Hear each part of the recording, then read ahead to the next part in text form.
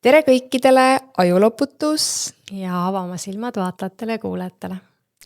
Käes ongi meie 8. episood juba ja nagu ikka alustame eelmise osa kommentaaridele vastamisega. Et meil kommentaare on päris huvitavaid, päris palju siin. Võtame mõned üksikud siit välja. Nii palju pikkasid kommentaare ei ole, kõigile ei jõua lihtsalt võib-olla vastata.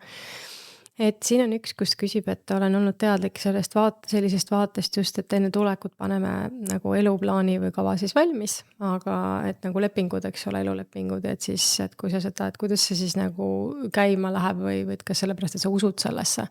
Et ei, et mitte otseselt, mitte sellepärast, et sa sellesse usud, vaid sellepärast, et su lapsepõlv kujuneb, on ju vastavalt lepingule.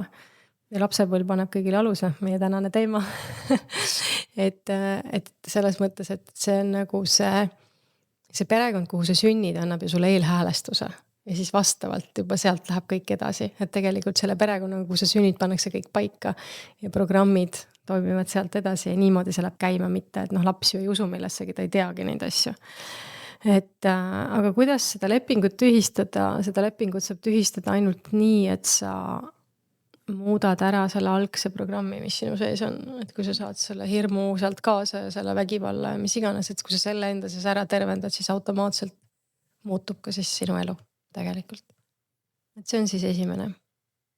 Nüüd keegi küsib siis toitamise koha pealt, kuna me oleme rääkinud, et head rasva on vaja süüa ja valku on vaja süüa.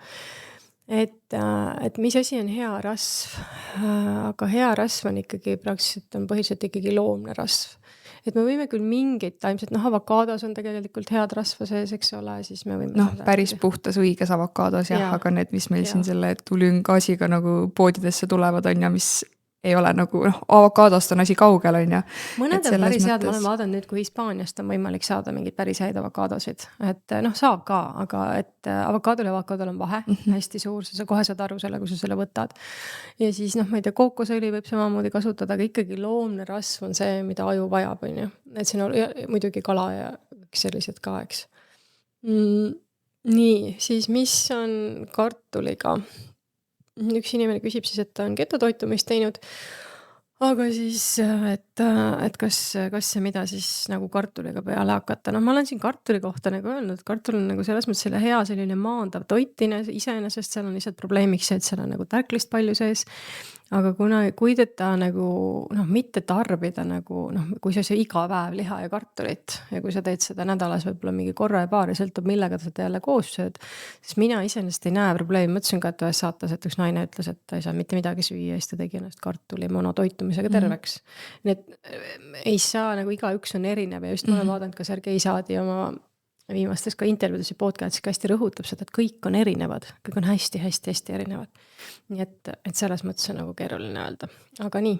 Siia erinevuse juurde on üks hea kommentaar siia pandud, et Angela, tahtsin öelda, et sinu külalised on äärmusest äärmuseni, veidi segadust tekitab, kui üks ütleb, et nartsissist on hingetu ja see ei muutu kunagi, et sellest terveks ei saa ja siis teine räägib jälle, et saab. Kus siis on see tõde, et veidi lihtsalt segadust tekitav.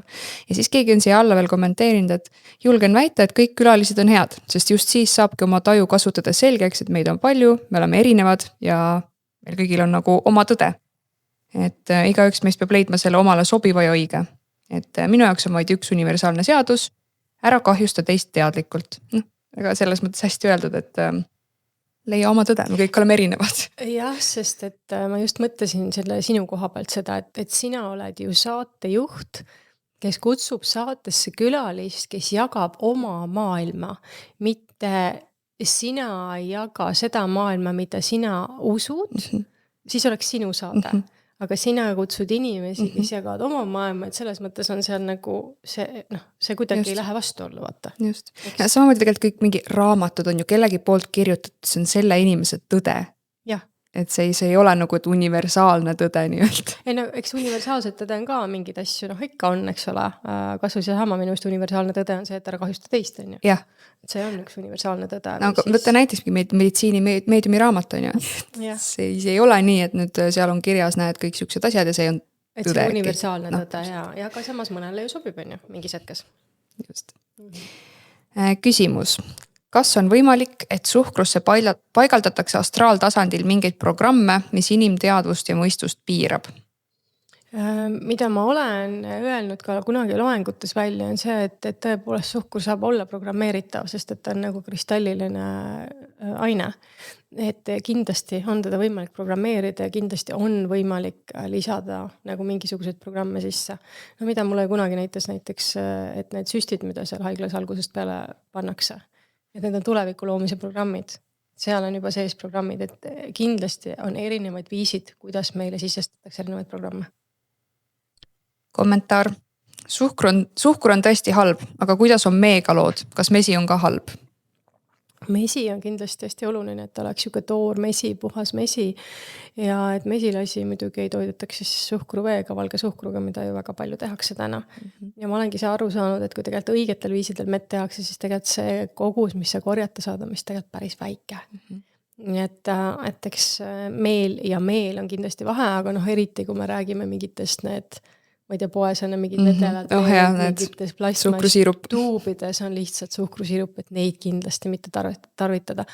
Aga ma arvan, et Eestis on ikkagi nagu meiega suhteliselt hästi iseenesest. Ma arvan, et igal ühel on keegi tuttav, kus on kellegi tuttav, kes on mesinik, on ju, et Eestis on nii väike, on ju, et kuskil kellelgi on tuttav mesinik, et sealt nagu sa saad ju piisavalt uurimustööd teha, et kuidas ta neid kasvatab, mida ta seal täpselt suserdab ja teeb, on ju. Minul on ka mitu mesinikku, aga Sergei saaditas samamoodi, et ikkagi, aga mesi ikkagi on 50% suhkur. Et me peame jälle vaatama seda, et ta ikkagi veresuhkrule mõjub. Just ma tahtsingi sinna jõuda, et vaata keha ei loe silti, et kas sa sööd nüüd kooki, kommi, Snickersit või siis mett, keha pakendit ei loe. Selles mõttes on vahe, et seal Snickersis muidugi on veel terve hunnik lisajama versus see mesi. Ja kas suhkur ka ikkagi, kas ta on see loodusliku allik, kas ta on kiudainetega koos. Millega koos, just ta tuleb, eks ole. Küsimus Katrinile. Mäletan, sa kunagi rääkisid mingi 4-5 aastat tagasi, et kinos sai käi, et olid näinud nägemust, kuidas inimesi justkui tõmmatakse tühjaks kinos. Kuidas sa ennast selle eest kaitsed? Täna olen väga selles mõttes, käin küll kinos, mingi hetk ei käinud ja tõepoolest nägin seda nägemust, et seal teadvust nagu siis imetakse samal ajal. Aga ma pean ütlema, et seda teadvust imetakse täna tegelikult igal pool ja kogu aeg, sest et põhimõtteliselt on nii, et kui sa oma unest öösel välja tuled ja silmad lahti teed. Siia uude unne. Ja siia unne tuled, siis nii kui sul esimesed mõtted pähe tekivad, siis tegelikult on juba, et kas sealt teadvusest hakatakse, sest vaata öösel sa laed ju ennast eluenergiaga ära, sa magad. Ja nüüd siis hommikul sa tõusid üles, sul on uus kogus eluenergiat taastatud ja nüüd kohe esimesed mõtted, mis su pähe tulevad, ju määravad, et mida sa toidad, nagu ma eelmises saates ütlesin, ennast või maatriksit. Ja samamoodi, kui sa siis teed lahti, hakkad sotsiaalmeediat vaatama, kõiki neid asju. Praegu on hästi suur see Epstein files, ja et kõik loevad ja kõik vaatavad, kogu mu sotsiaalmeedia on neid Epsteini toimikuid täis. Esiteks, seal oli mitte midagi uut, mida ma ei teadnud. Lihtsalt veel õõvastavamalt on kõik välja pandud. Teiseks, mina tean, et kogu maailm või kuidas seda musta energiat üldse siin all hoidaks ja toimibki tegelikult pedofiilia peal, sest sellega hoitakse madalat. Ka minu arust praegu juba see, nagu see avalikustamine on omaette siuke rituaal, vaata. Jah. Et no me tuleme, mõtlesin kuidagi nii, et me tuleme järjest välja sellega näitame, kes me tegelikult oleme, mida me teeme. Kuigi see on tegelikult kogu aeg päevavalgel olnud, on ju. Nüüd lihtsalt nagu veel enam, et see. Siis ei ole ühtegi inimest, nagu, kes sealt on välja tulnud, keda ma ei tea, et ei teaks, et seal oleks. Võib-olla see nagu, ja siis teine asi on loomulikult see, et Trump kuidagi teeb nagu näo, et ta lasi need Epstein failid välja, et tema on kuidagi puhas poiss, ise ta jookseb sealt failidest nagu läbi, ma ei tea, kui palju kordi. Ja teine asi siis ka, et miks need praegu välja lasti ja mis selle taustal toimub, see on alati nii. Iga kord, kui mingi suur aplaava, siis taustal taga on. Ma juba nägin, et kuskil oli see uus maailmakord välja kuulutatud, Kanadas vist. Et ja siis nii ongi, et aga tuleme tagasi selle juurde, mis öeldi, et meie teadvuse võetakse energiat kogu aeg, sest sa võtad selle mõtte ja hakkad seda mõtet ketrama. Mul käis täna ühe kliendi elukaaslane ja siis ta ütles, et tema ütleb, et meil üldse vaba tahet ei ole, sest sa ei saa valida, mis mõte sulle pähe tuleb. Küsib, et kas sa saad valida, mis mõte sulle pähe tuleb. Nõus, ma võib-olla ei saa valida, mis mõte, aga kas ma seda mõtet ketran või mitte, ja kas ma vahetan ta välja. Just, milleks seda muudad. See on minu valik, selle koha, et mina ütlen, et meil on vaba tahe. Nii et siin on samamoodi, et kinos käimised ja kõik muud asjad, ma olen praegu just väga palju kinos käinud sellepärast, et ma näen, mis lähiaastatel on toimumas, mis on tulemas. Ja mind väga huvitab, mida nad meile kõike praegu ette näitavad. Nii et selles mõttes filmides on see taustainformatsioon olemas, kui sa oskad seda vaadates ja seda kõike sealt näed. Jah. Aga meie tänane teema, Matrixi lapsed. Matrixi lapsed, David Icke on sellise pealkirjaga raamatu kirjutatud. Jaa, see on mul täitsa kapis olemas, lugenud ei ole. Just, Matrixi lapsed, jah. Aga räägime täna lastest tõesti, et kus see elu siis ikka muud alguse saab kui lastest. Kust me siis alustame? Sellest kõige algusest. Kuidas see laps siia maailma tuleb siis? Alustame algusest. No nüüd me oleme vist lahti rääkinud selle, et elav hingeline inimene peab siis omama hingevaimu ja füüsilist keha. Seda oleme nüüd ka rääkinud, et hinged, vaesekesed istuvad seal kuu peal, trillid väga puuris. Need saadetaksegi siia sellesse reinkarnatsioonitsüklisse või ingliskeelsena recycling. Kogu aeg tuuakse meid tagasi siia süsteemi ja selge on ju see, et Matrixil on ainult üks mõte. Toit. Ainult üks toit. Patareid kestada siis. Energia. Jah, energia. Et täna oli just see inimesed tegid jälle rahvaalgatuse seoses elektrihindadega. No selle, mis see on see taotlus. Ma postitasin just naersin, et sa võid täpselt sama hästi, kui sa saad kevadel või ma ei tea suvel omale puugi, siis saada talle kiri, et ta lahti laseks. Kas ma saan aru, et väga palju inimesi vist ikka veel elab illusioonis. Et kas me saame aru, et meil on siin üks näljane parasiit ja see parasiit on nagu aina näljasem, tema auk läheb nagu aina suuremaks ja keegi ei jõua seda toitega üleval hoida.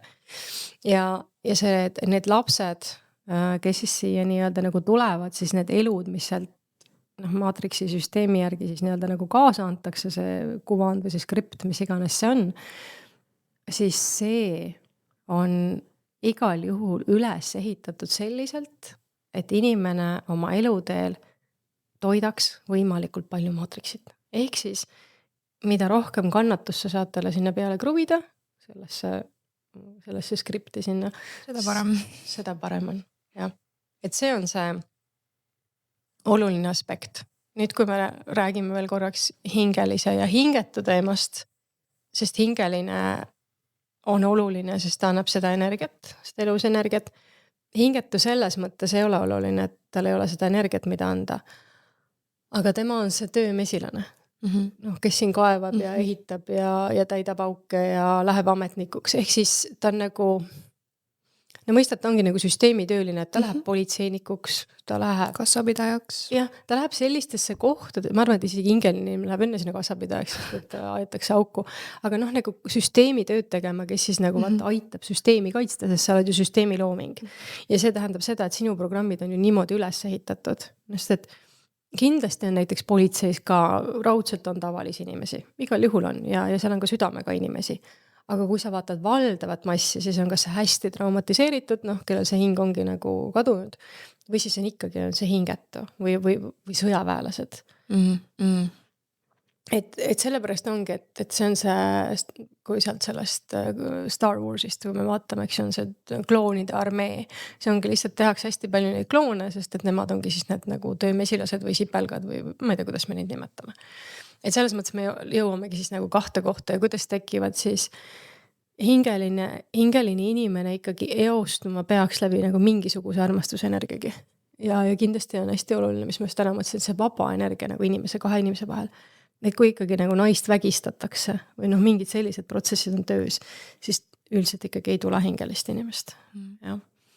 Et see eostamise moment või kui inimesed on sügavas alkoholijoobes, kui inimesed on narkojoobes, kui inimesed on mingites sellistes protsessides, siis on väga ebatõenäoline, et tuleb hingeline laps. Et eostamine on siis, ütleme siis see kõige esimene samm, et seal võiks ikkagi olla vanemate vahel selline ilus ühendus. Armumises faasis tavaliselt on.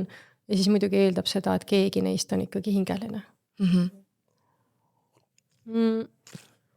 Nii, mis siis saab edasi? Siis on meil raseduse aeg, mis tegelikult siis määrab ka ära kogu meie elu teeks tohutult palju. Sest me hakkame ju, kogu meie süsteem hakkab arenema välja juba ema kõhus. Ja nii kui meile ju tekib juba kõrvad kuulmine, siis me tajume ka kõike, mis väljapool on. Ehk siis närvisüsteemi areng, aju areng, neerupealised, kõik juba seal toimib. Et kui ema, üldiselt on ikkagi naine täna viidud ju väga suurde kriisi. Naised on puhtalt ellujäämises.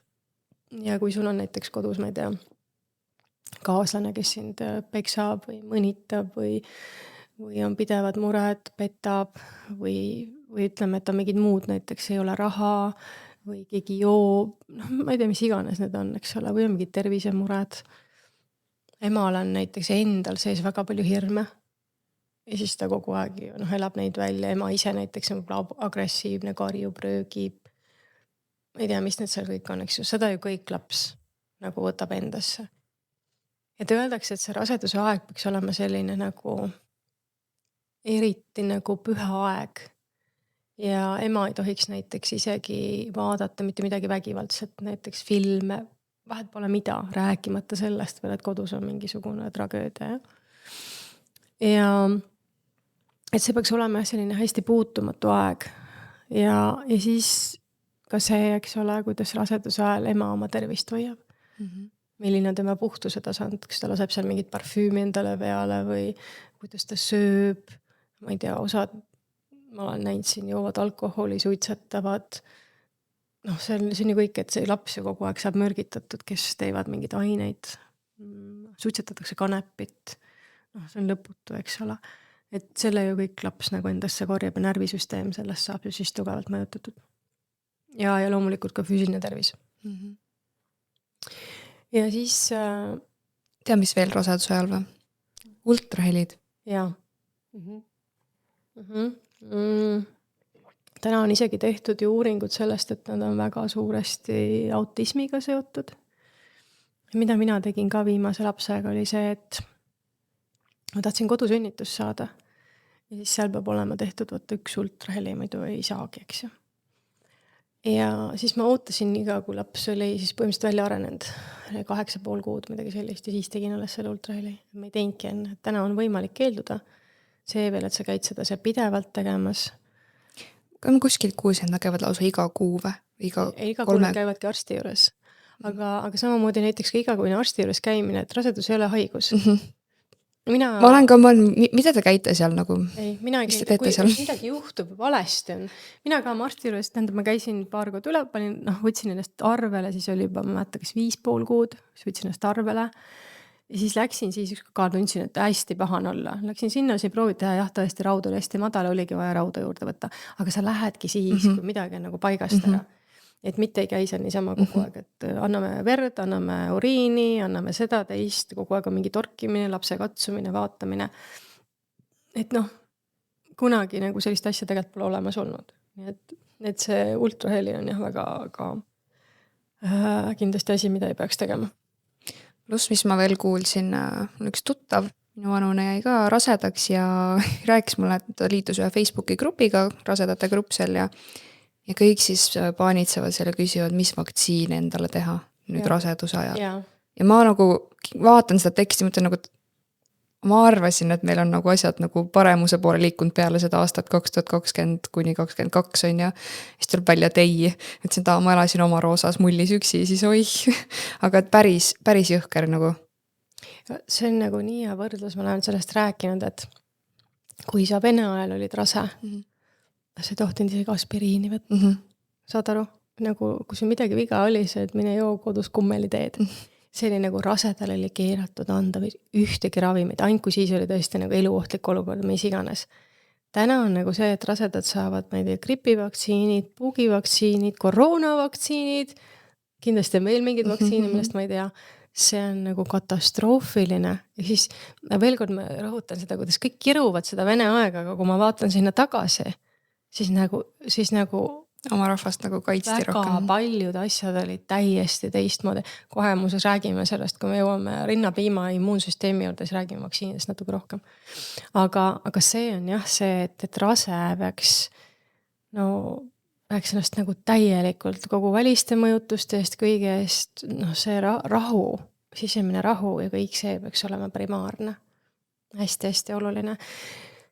Ja ema-isa puhul nagu see, et kui sa seda uut elu hakkad looma, siis peaks nagu aru saama, et see ei ole ainult sina enam. Ja eriti esimesed aastad, et kui sa alguses selle lapse siia tood, et ennast tuleb kõrvale panna. Sa pead ennast lapse jaoks nagu sellel hetkel hoidma ja ei ole nii, et et ma ei tea, ma tahan seal umbes, ma ei tea, suitsetada ja juua, mis vahe seal lasta olla sealt. Siis ei ole vaja lapsi saada, eks. Ja no tihti öeldaksegi, et laps kohaneb meie järgi, tegelikult on vastupidi, et sina pead nüüd lapse järgi kohanema. Ja siis sünnitusprotsess, see on terve ooper ju. Selilia. See on terve ooper. Surmaenergiaga haiglasse ja haigla, kus on valgus, kus on 100 inimest, kus on kisa, kus on kära, keegi kõrvaltoas karjub mama, pamagi. Nagu mul esimesel sünnitusel oli. Venelased karjuvad hästi kõvasti. Mul ei ole venelaste vastu mitte midagi, aga lihtsalt nagu kõik see, mis seal toimub, pigem tõstab ärevust, mitte ei too seda nagu alla või loo seda turvalist ja rahulikku ruumi. Ja siis sul on suvalised inimesed, kes voorivad sisse välja kogu aeg. Ja mind pandi ka esimene kord selili sünnitama. Oli katastroofiline täiesti. Rohkem ma seda korranud ei ole mitte kordagi. Aga ma tahan ka öelda seda, et aga mida laps kogeb sünniprotsessis. Et Stanislav Grof on kirjutanud raamatu Tulevikupsühholoogia, millest ma olen siin võib-olla enne ka korraks rääkinud ja tema räägib siis ka perinataalsetest sünnimaatriksitest, kuidas laps hakkab tulema siis läbi nagu 4 faasi. Esimene on see siis, kus sünnitus hakkab pihta ja siis emaka kokkutõmbad hakkavad käima, siis laps juba tunneb mingi muutus on. Ja siis ta hakkab see väljumine, sünnikanalis olemine, välja tulemine, et kõik need on siis erinevad baasmaatriksid. Aga just see, et esimene maatriks on see, kui ta on üldse seal üsas, kogu see raseduse aeg ja nii. Aga igas sünnimaatriksid võib kogeda erinevat traumat. Et kujuta näiteks ette, et sa oled sünnikanalisse kinni. Istud seal mingi 10 tundi, mis iganes sina seal, sul pole ju aega, vaata kella, et huvitav kaua läheb veel või sa ei tea mitte midagi sellest. Sul on võib-olla nabanöör ümber kaela, sa ei saa seal hingata hästi. Seal on lõputu hunnik neid variante. Siis samamoodi see välja tulemine. Võib-olla siit tõmmatakse mingi pumbaga või mingite tangidega, eks ju. Võib-olla sa ei saa teed välja, ma ei tea, mul ema tüppas kõhu peale, et laps välja tuleks nagu vend, kui oli sündis. Et seal on nii palju asju, aga kujutad ette see väike olevus seal ju kogeb seda kõike. Ja mis ma leian, mis meie sünnituste juures täna põhiprobleem ongi see, et minu meelest sünniprotsess käiks väga hästi siis, kui kõik suudaks lõdvestada. Oleks lapsele hea, aga kõik on ju nii pinges. Täna on näiteks, on rääkida juba need naised, kes on samamoodi võtnud seda RNA magneesiumit, seda kontoma magneesiumit. Need sünnitused lähevad palju kiiremini. See sünnitoetajad, ämaemandad on rääkinud seda, sest et see lõõgastus on. Tihti ka haiglas süstitakse magneesiumist, kui on nagu vaja. Ehk siis, et kõik on nii pingel, kõik on nii hirmus, siis kõik need valud ja nii edasi, et see on justkui nagu nii ebaloomulikuks kogu see sünnitus läinud, et sealt juba tekib nagu lapse jaoks terve rida asju. Et minu laps ka esimene laps tõmmati välja siis selle vaakumiga, sest et lihtsalt ma olin seal piinel juba 12 tundi ja mida nad seal kõike muga tegid. Ja tal on magamise probleemid ja söömise probleemid väga tugevad.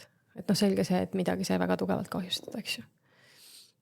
Ja kui sa veel vaatad nagu seda ka, et kui see laps sealt siis sellest sünniprotsessist siis nii-öelda läbi käib, et võib-olla seal raseduse ajal oli kõik veel enam-vähem okei, aga siis sealt tuleb võib-olla terve hunnik mingeid asju, et lapse närvisüsteem pärast on täiesti katkine. Et me oleme kõikide asjadega läinud väga kaugele sellest, mis on loomulik, mis on nagu lapsele hea, mis oleks emale hea. Et kõigil on ikkagi seda vaja, et jälle see turvatunne, et turvatundes ma saan lõdvestuda. Sa mainisid seda piina ja kannatust, et tegelikult sünnitus ei peaks üldse valus protsess olema, ma olen kuulnud originaalis. no mul on erinevaid kogemusi, mul on 3 sünnitust. Teises sünnituses, noh, praktiliselt mitte midagi. Laps tuli lihtsalt niimoodi välja, noh, nagu lupsti. Lihtsalt, noh, ma olin püsti ka muidugi, käisin seal ringi minu meelest, kui esimene sünnitus oli 12 tundi, teine oligi 6 tundi ja hästi nagu lihtsasti tuli välja, ma ei saanud isegi aru nagu. Natuke aega pärast sünnitust ju istusin laps käes, nagu mitte mingit probleeme polnud. Ja siis esimesed, teised sünnitused on, esimene, 3. on olnud ikkagi väga erinevad kogemust, kuigi 3. oli kodusünnitus, aga ikkagi. Et kogu see sünniprotsess ongi nagu nii ära moondunud meie jaoks.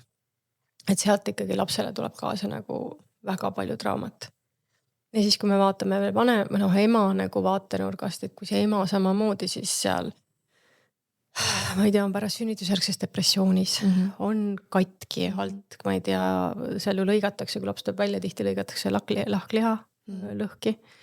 Seda tegelikult teha ei tohiks. Lahkliha peaks ise rebenema sealt, kus ta rebeneb, mitte et sa lõikad ja ta kasvab pärast ise ilusasti kokku. No näiteks minul viimati oli ka viimane kord, mul enne ka olnud, aga ka lahkliha rebend. Oli nii esimese siis kui teisega, aga esimesega lõigati. Ja 3. tähendab, oli mul siis see rebend ja siis ei lõigatud midagi, ta lihtsalt rebenes ja ma ei las seda kinni õmmelda. Ja läks ise ilusti nii nagu ta pidi. Aga esimene kord siis lõigati ja siis õmmeldi kinni. Mul olid sellised närvivalud seal kuid peale sünnitust. Ma olin pärast sünnitust valuvaigistite peal. Ma ei tea kui kaua, sest et siis oli augustikuu, lõpuks läks see haav mädanema. See oli nagu terve saaga. Ja siis võtame need ained, mida siis antakse meile, et neid valusid leevendada. Süstid selga ja... See süst selga oli nagu, no ma olin ka juba hästi kaua valudes olnud, siis ma lõpuks ütlesin, et teeme epiduraali. See esimene sünnitus, jah. Kuigi ma ei tahtnud. See oli nagu täielik surm. Esiteks valud tegelikult ära ei läinud. Ma mõtlesin, et valud lähevad mingiks ajaks ära, et ma saan natuke magada ja puhata. Ja siis mul on jõudu uuesti. See täiesti vastupidine protsess, võtsi igasuguse jõu ära. Ja siis kõik need mingid gaasid, mis seal veel on, no ei. Et see on küll nagu selline koht, kus tuleks ikkagi nagu ausalt kaine peaga läbi minna maksku, mis maksab. Et see on ikka väga julm. Et kindlasti ei ole head ideed üldse. Nii et jah, et selles mõttes on see sünnitus nagu hästi kaugele läinud. Ja kui see lapselt nüüd välja tuleb ka, siis esimene asi tegelikult peakski saama ema rinnale, aga peaks olema tegelikult hämar valgus, vaikus, rahu, pluss see nabanööri läbi lõikamine, mida liiga kiiresti tehakse. Ja siis nabanööri ei tohiks üldse läbi lõigata. See peaks ikkagi, nagu ma ütlesin, kõikides asjades on see, et ise laseb lahti, mitte vägisi. Ja kui seda protsessi saab niimoodi hoida, siis on see algus ikkagi juba, ütleme kordades parem. Ja laps ema rinnale. Ja kui sa nüüd võtad tagasi jälle selle, kerime sinna Vene aega korraks, on nüüd see on küll seal nagu, et kõik olid haiglates, siis need lapsed pandi sinna ühte ruumi, karjuma, ma ei tea, 20 tükki neid seal karjusse, kujutatamise närvisüsteemiga. Juba trauma, jah. Jah, kujutamise närvisüsteemiga teeb. Esiteks sind eraldatakse sellest emast ära, sa oled täiesti üksinda. Sul on võib-olla kõht tühi, võib-olla sul ei ole kõht tühi, aga siis sa kuuled su ümber, kõik röögivad ja mingit turvaruumi, midagi oled, no sealt on juba närvisüsteem saanud nagu tohutu nagu paugu. Ehk et kogu see sünniprotsessi üle sea ka ja täna kuulutatakse nii ohtlikuks see kodusünnitus, seda räägitakse nii hirmus ohtlik. Aga kui me protsentuaalselt võtame seda, et kui palju inimesi sureb kodusünnitusel ja kui palju sureb haiglas, siis kus rohkem sureb? Igal juhul haiglas. Aga miski pärast, et kui arstid kellegi ära tapavad, siis see ei ole mitte midagi. Aga kui kuskil mujal midagi juhtub, siis see on nagu täielik katastroof. Et siin on ka nagu ikka, et double standards. Topelstandardid. Aga jaa, et siis see Matrixist tahetakse igal juhul kogu aeg teha seda, et su närvisüsteem saaks algusest peale pidevalt järjest kogu aeg pauke. Mitte mingil juhul ei saa sul olla turvatunnet, maandumist, et sa maandud siia planeedile, see on nagu tead, ma arvan, et sa oled kindlasti lennukiga sõitnud. Siis vahel on sellised maandumised, et sa mõtled, et kas me jääme ellu või jää. On mingi hull tuul või mis iganes tõng ja see hüppab veel mitu korda, siis hoiad sealt toolist kinni ja nagu raketiga. Ja siis käib see pauk ära. Ja siis ma ei ellu. Ma kirjeldaks seda siia tulemist samamoodi. Et sa jääd küll ellu, aga aga traumeeritult. aga see, mis sa siis nagu, okei, noh, see lennukiga nagu, aga samas sa võid ka lennukiga sellise maandumise teha, et sa näiteks rohkem lennuki peale enam ei lähe. Noh, on täiesti võimalik. Jah. Vaatan, lennukid kogu aeg lenduvad sul sealt. Aga see on nagu võrreldav võib-olla sellega, et mis juhtub, et kuidas ma sealt ülevalt siis alla saabun ja siis, kui ma lõpuks sealt välja saan, see on nagu noh, ma olen kongestunud, tardunud täiesti seda aru. Ja siis mõtlen, et huvitav, mis nüüd saama hakkab. Ja ma ei tulegi sellest tardumist välja, sest see maandumine oli nii ränk ja nii raske. Ja siis lapsed karjuvad, ei maga, emad lähevad stressi, sekkavad emad karjuma laste peale, sest nad ei saa enam hakkama. Ja siis ongi juba, kõik on sassis. Ema ja lapse vaheline suhe on ära lõutud. Ja noh, ja siis need nägemused kõik, mis mina olen ju näinud, mis seal haiglates veel tehakse, kuidas meile süstitakse, beebid viiakse taha ruumi, seal süstitakse igast asju nabasse sisse, mida kõike veel. Nii et noh, seal on nagu, kõik see on väga kirju, mis seal toimub. Ja siis loomulikult siis need süstlad, mis seal iga nurga peal ootavad ja tahavad sulle kohe õlga tungida. Ma olen kuulnud jubedaid lugusid, isegi kui vanemad nagu on öelnud, et me keeldume süstist, siis noh, ikka tehakse ära ja mis iganes, et ja, seda küll. Et kui nad ikkagi vähegi saavad, siis nad nagu suruvad selle ära, et see on ikka karm või siis seesama K-vitamiinisüst. Siis on ju minu ajal olid ka need mingid proovid võetakse, mingite pärilike haiguste proovid. Noh, ma räägin, mingid pärilike haigused pole olemas, et on ainult pärandatud hirmud, uskumused. Ja et selliseid asju pole olemas, siis kui mina nagu keelasin oma lapsele kõiki neid asju teha, siis noh, see oli selline sõda seal haiglas, et küll ma olin puukollist ja jumal teab, mis seal, et noh, meilt käidi seal kordamööda peedistamas.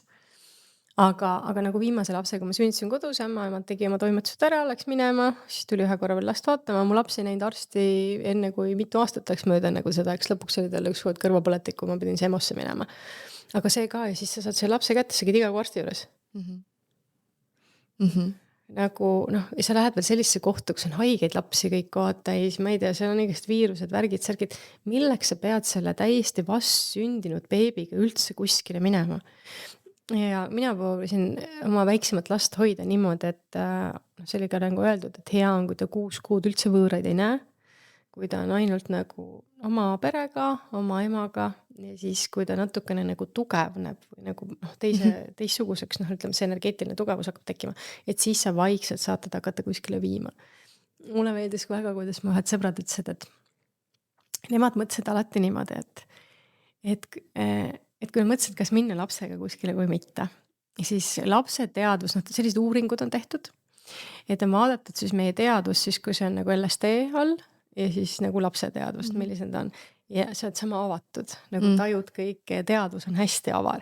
Ja siis mõtlesin ise, et kas sa tahad minna, kui sa oled LSD-d võtnud kaubanduskeskusesse? No, ei taha minna, sest et noh, sa tunned ja tajud kõike. Ja siis nad ütlesidki samamoodi, et nad ei viinud oma last sellistesse kohtadesse, aga täna ma vaatan, emad saavad selle lapse kätte sinna sellesse, mis iganes autotooli, nii meik peale, lõhnad peale, lähen kaubanduskeskusesse patseerima ja mingid, ma ei tea, uusi sukkpükse ostma, mis iganes. Ja siis mõtled seal kõrval, et miks see laps röögib seal autotoolis nagu ratta peal. Sellepärast, et tema närvisüsteem ja kogu tema teadvus on selline, et ta tajub kõike. Kõike, mis ümberringi toimub, kõike ta endasse võtab. Palju kaubanduskeskuses on korraga inimesi, mis sa arvad? Palju. No mingid, ma ei tea, tuhandeid. Ja siis sa oled seal ja saad nagu kõik on sul tunda ja tajuta. Või kas see, mis me täna seal teistelt inimeselt tunneme, tajume, kas see on hea? Valdavalt mitte, jah, sest inimesed tunnevad ennast kehvasti. Eks, et see on nagu see on siis nagu selle sünniprotsesside juures ikkagi nagu, noh, ütleme selle alguse protsessi juures on ikkagi see, et algus peaks olema rahu, vaikus, laps emaga ühenduses kogu aeg, ema vastas, ema juures või kui ema ei saa, siis näiteks isaga, aga võimalikult palju peab olema lähedust, puudutust ja seda ühendust. Matrix teeb nüüd vastupidi. Mis veel oluline on ju rinnaga toitmine. Et laps saaks ikkagi rinnapiima, et kus see päris immuunsüsteem ja kõik tuleb, on ju. Need pulbrid, need piimapulbrid asjad, mis meil nagu lettidel on see, kas inimesed, kes seda oma beebidele annavad, on üldse lugenud seda pakendit, nagu mis asjad seal pulbris sees on või? Ma arvan, et ei ole, sest kui nad loeks, siis nagu ma ei usu, et keegi päriselt annaks seda oma lapsele edasi. Ei, mina arvan, et nad annaks ikka, sest et ega nad ju ise ka väga ei loe, mis nad söövad.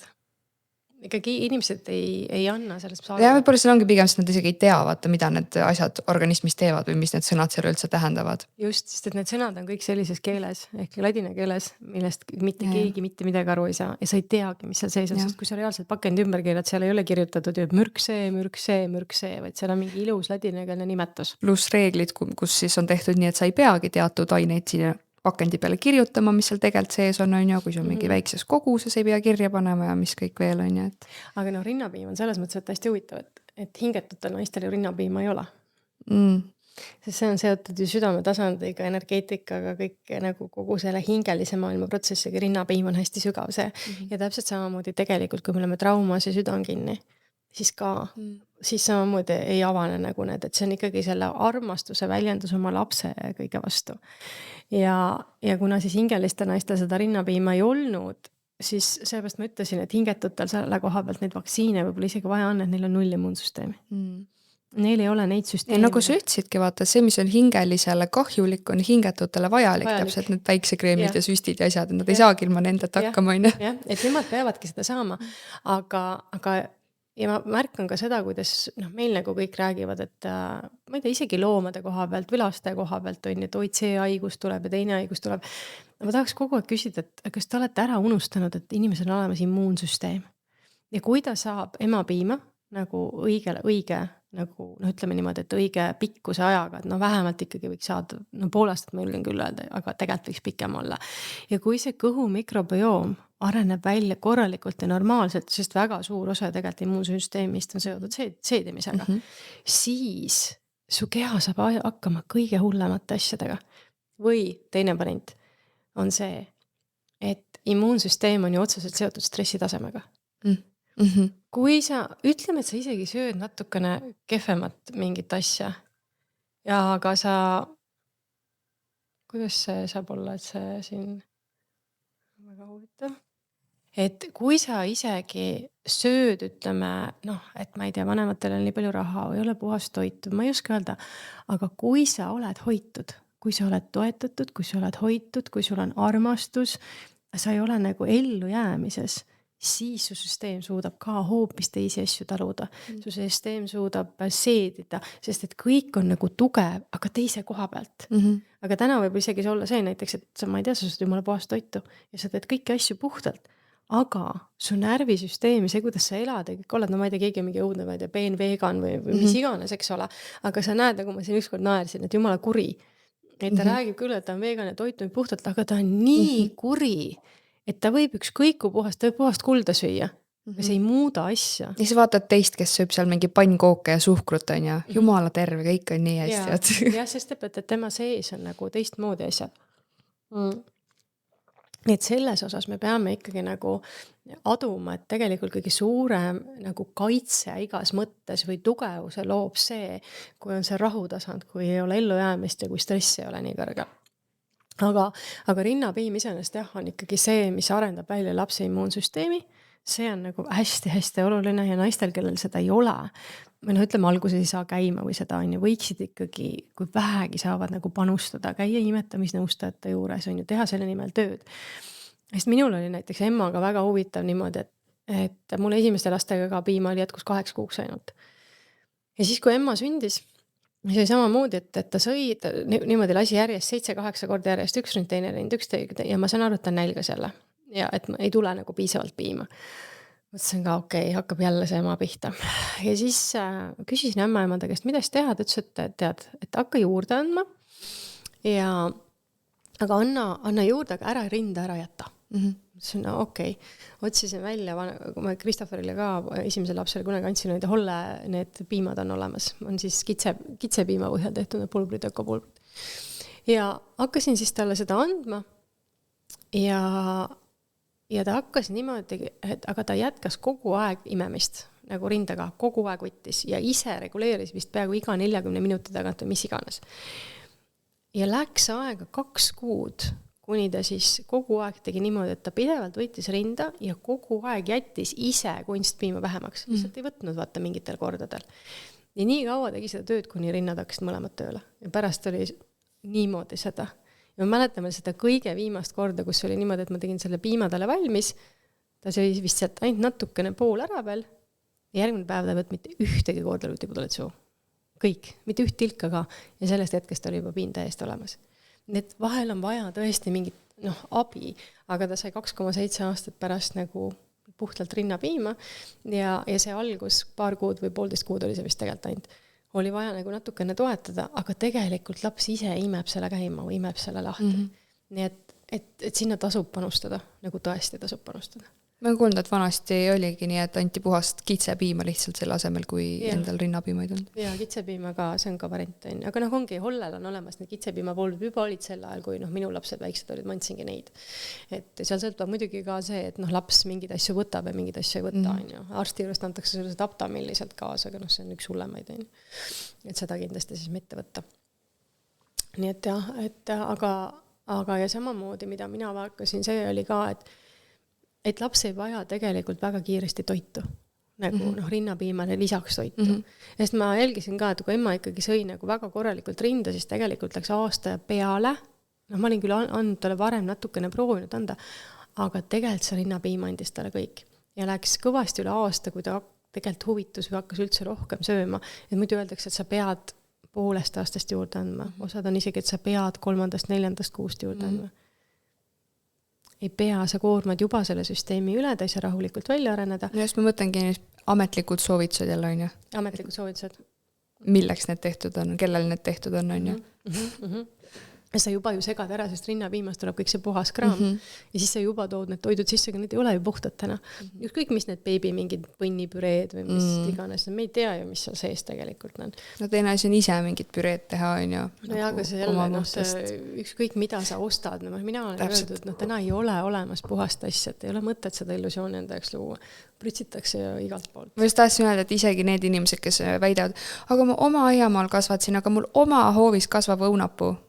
Paar aastat tagasi Bauhofist ostsid selle GMO õunapuu on ja siis panid kasvama, nüüd on oma õunad. Enne aga pritsitakse ju ka, isegi kui mul on see 50 aastat vana õunapuu seal, mida ma lõikan, mis ilusasti annab, aga küsimus on ju selles, et ülevalt ju kogu aeg pritsitakse, kõik langeb alla.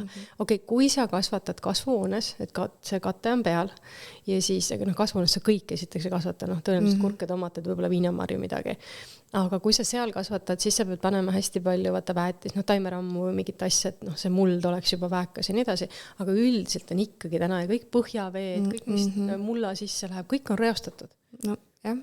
Nii et selles mõttes, et mida ja loomulikult jah, sa ise ka nagu sööd asju sisse, see rinnapiim on ka sinuga seotud. Aga ikkagi, see on nagu kõige parem variant lapsele üldse ja tuleks rohkem, üldse nagu laste puhul on see, et tuleks rohkem vaadata lapse järgi. Mida ta tahab, mida ta tunneb, mitte seda, mis ütlevad need... Ja suruda, ma olen näinud nii palju neid videosi sotsiaalmeedias, kus vanemad üritavad siis lastele nagu mingi brokkolit ja köögiviljus nagu sisse sööta ja siis laps nagu ei taha, sa pead oma köögivilju sööma, aga laps instinktist nagu ta ei taha seda jama süüa, ja siis vaatad, annad mingi lihad asjad, kõik mätsutavad seal kahe suu poolega, ongi, lapsed on nii erinevad, et selles mõttes lihtsalt andaks seda ruumi ja vaadata, et aga mis laps tahab. Annad talle, nagu Jaan Aru ütleb, annad talle valiku asju, sellest ta proovib. Ja siis sa näed, et on muidugi loomulikult laps saaks suhkrut kogu aeg, kui nagu ainult tallaseks valida. Aga kui sa annad tervislikud valikud, siis sa saad vaadata, mis talle päriselt meeldib. Mitte see, et ei, see nii peab olema ja arst seda ütles. Et oleme ausad, et arstid on ikkagi välja koolitatud narkodiileritena. On ju litsenseeritud narkodiilerid. See on see, mida arstiteadus tegelikult täna teeb, olema ausad. Tahaks kõik tableti peale panna, et nad sinna tableti peale jätta, sest see on jälle raha paneb rattad käima. Et niimoodi see süsteem meil siin töötab. Ja, nii et see rinnapiima teema on oluline, hästi-hästi oluline. Aga kui ema on väga suures stressis, väga suures pinges, ta on igat pidi endaga kriisis, siis üldiselt jookseb rinnapiim ka kinni. Ja seda tehakse usinalt meil, et ema oleks kriisis. Ja mis siis peale seda rinnapiimaga toitmist meil tuleb? Nüüd on tegelikult väga olulised arenguaastad ju. Kuni 7 aastani on hästi-hästi olulised arenguaastad lapsele.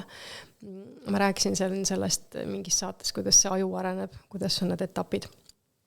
Aga see on nagu üks tähtsamaid ja olulisemaid aegu üldse, sest et see seab kogu selle fooni, selle vundamendi, mis on edaspidi. Mida laps näeb, mida ta kuuleb, mida ta vastu võtab, mida ta õpib. ja siin on hästi tähtis see, et ma kogu aeg püüan rõhutada seda, et luba lapsel ise hakata tunnetama nagu ja näita talle ette tervislikke asju. Ja siin on ka, et laps siis saab tervelt areneda välja siis, kui sa jälgid, kuidas tema aju, tema närvisüsteem areneb ja vastavalt sellele annad talle siis nagu ka ütleme siis nagu raskumiseid või õppimisasju, et liiga vara, kui sa midagi õpetad, siis see on tagasilöögiga, siis tegelikult lapse süsteem ei suuda seda kanda. Ja kui talle mitte midagi ei õpeta, no siis ei saa midagi tulla. Et kui sa oled see ema, kes oma 25-aastasele pojale veel nagu süüa teeb või saapa paelu seob, siis ilmselgelt sealt head nahku ei tule. Aga mida ma just vaatan, mida näiteks tänapäeval hästi palju on näiteks see, et meil on kiire. Mul on frustreeritud ja siis see laps tahab seal mingid pusida, et anna ma teen ise, tahabski saapa paela siduda ükskõik mida ja siis ei ole aega, lähme ruttu. See on ka süsteemi poolt kõik loodud tegelikult, et ei ole rahulikult aega olla, lubada sellel lapsel seal võib-olla see saapa paela siduda või pusida mingid pükse jalga, vahet pole. Aga kui ta seda teeb, siis tema aju ju kogu aeg areneb ja õpib ja sealt kasvab enesekindlus. See on see, et ma sain sellega hakkama.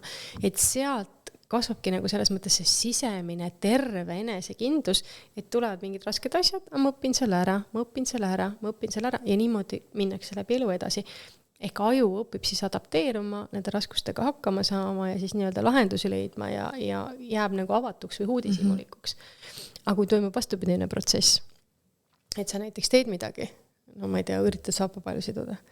Kurat, sa ei oska mitte midagi, loll oled või kaua sa passid siin kaua, ma õpetan sulle seda, mina juba 3-aastasin lugesin Puškinit, on ju. Et siis mis aju teeb? Annab alla. Tõmbab kokku, saab kriitikat, ei julge eksida, tal ei teki seda uudishimusid edasi minna, sest see on ebaturvaline, ja nii edasi. Ja närvisüsteem saab siis ka pidevalt seda, et tõmbad ennast järjest väiksemaks ja väiksemaks kokku häda, kuni siin siis võib-olla enam nähagi ei ole. Nii et see aeg, kui sa tahad, et sul oleks terve laps, tugev laps, tark laps, et tema siis tuleks välja, ma ei tea, geenius, Einstein või Kasparov või kes iganes. Ja siis see on ikkagi turvalises keskkonnas kasvamine, avardumine, lapse toetamine, temale asjade näitamine, mida kindlasti teha ei tohi, mitte mingil juhul ei tohi lapsega päev läbi mängida. Ehk sa pead taga mängima, loomulikult sa pead taga kohal olema, aga kui sa oled kogu aeg tema huvijuht, siis ta samamoodi õpi ise mitte midagi tegema. Ta ei õpi, et seda, et kui tal on igav, siis ta hakkab leiutama, otsima, vaatab ringi, lisaks on ka see, et ta hakkab nagu ümbrusega tutvuma. Et siis on samamoodi nagu selline inimene, kelle eneseregulatsioon ja kõik käib läbi partneriks, et ma ise ei oska mitte midagi teha, siis ma istun siin ja ootan, et kuule, et mis sa nüüd välja mõtled, et tavai, lõbusta mind. Et et siin on, ma ütlen, et see, kuidas sa selle aja paned nagu, see on kogu vundament, mis sa siis lood. Ja nüüd viiakse ju lapsed siis lasteaeda. Vanuses 3-7. Muidu ei arene, on ju? 3-7. Tead, kui vanalt USA-s lapsed viiakse lasteaeda? Ma arvan mingi 2,5. Nädalat. Kuud. Ameerikas saad sa olla lapsehoolduspuhkusel 2 nädalat. Paljudes Euroopa riikides saad sa olla 2 kuud, 6 kuud. Mitte kuskil tegelikult selle koha peal, sellist pilti nagu Eestis on, väga vähestes riikides on, et sulle 1,5 aastat saad emapalka, 3 aastat sa midagi emapalka ei saa, aga selles mõttes, et lapsehoolduspuhkus on sul ikkagi 3 aastat.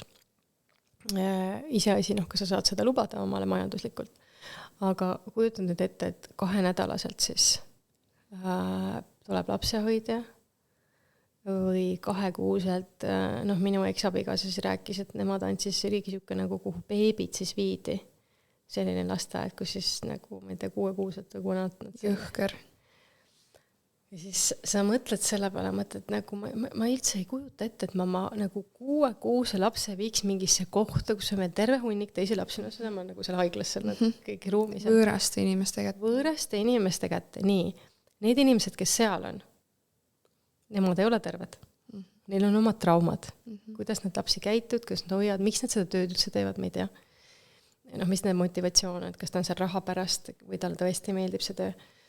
ja siis sa kujutad ette siis. Ma kuulsin üks päev just nii huvitavat mõtet, et kõik inimesed valivad oma töökohad nagu oma lapsepõlve traumade järgi, et näiteks täpselt siis toodigi lasteaia kasvatajate näide, et nad tahavad siis nagu seda oma sisemist last hakata parandama läbi siis nende laste, keda nad seal kasvatavad, et järelikult neid on siis nagu kuidagi seal traumeeritud või mis iganes ja siis nüüd nad on ise selles samas süsteemis, et saavad nagu neid lapsi seal nagu parandada. Jah, aga need lapsed hakkavad seal lasteaias neile endile nagu seda iseennast peegeldama nagu vastu, on ju. Et see oli hästi põnev, et nagu, et kuidas inimestel ma olen sellega absoluutselt nõus, sest mina tean väga selgelt, et miks ma läksin terapeudiks, oli see, et esiteks ma otsisin tunnustust, kiitust, minu turvalisus oli see, vaata, kui ma kellele teisele tekitan turvalise tunde või meeldin. Ja teine asi see, et ma ise otsisin tervenemist. Ka see, et kuidas ma terveks saan, kust ma leian selle koha ja siis see oli, mis sinna ajendas. Ma ei ütle, et see halb on lihtsalt küsimus selle, et sa pead ühel aru saama selle osa endast ära tervetama, sest muidu sa ei ole terapeudina, sa ei ole nagu ise terve või suhted ei ole puhtad. Aga absoluutselt, kindlasti seda tehakse. Aga lihtsalt mõtle neid lasteaedasid täna, et laps viiakse ema juurest minema siis alates 2 nädalast, mis iganes vanus see siis on. Ta ei ole enam oma vanemate mullis, kuigi ega see ka alati kõige parem ei ole, aga ühesõnaga võõrad inimesed, süsteem annavad selle lapsele õpetust. Hommikul sa pead kindlal kellal tõusma, sa pead kindlal kellal magama minema, sul on kindlal kellal söögiajad, mitte sa jälgi seda, et mis ma tunnen, millal ma kõht tühi on, millal ma magada tahan.